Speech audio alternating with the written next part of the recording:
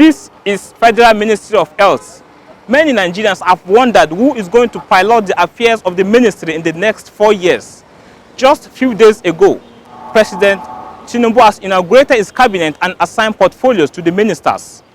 Some of the segment of the society believe that it is a recycling of old leaders, while many believe it is a combination of old leaders and new blood, which is going to be a perfect mix for his new team.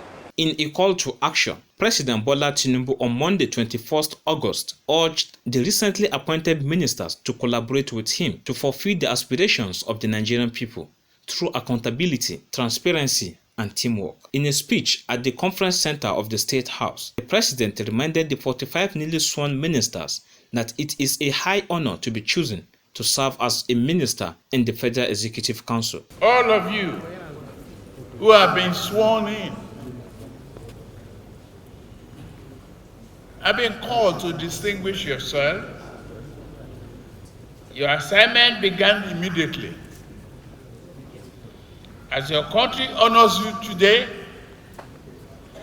by this call to service, you must each work to make yourselves worthy in the eyes of God and all our nation's people.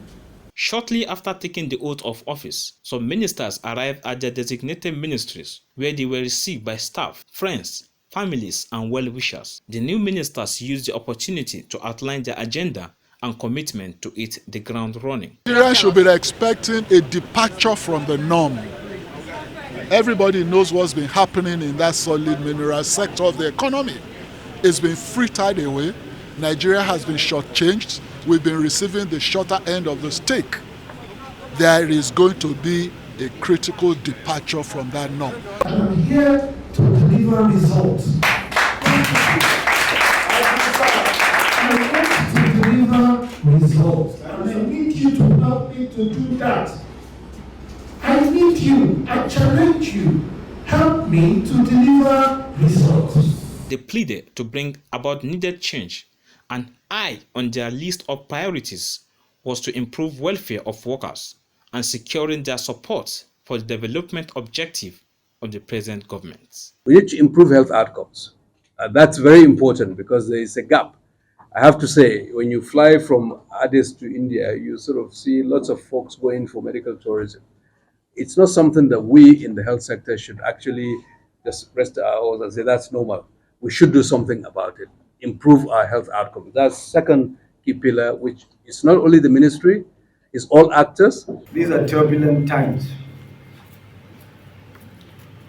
From the unfolding political crisis in Niger Republic to the regional insecurity and economic uncertainty, we have a lot of work to do. In due time, we'll also be unveiling a new vision for Nigeria's foreign policy. 4D diplomacy.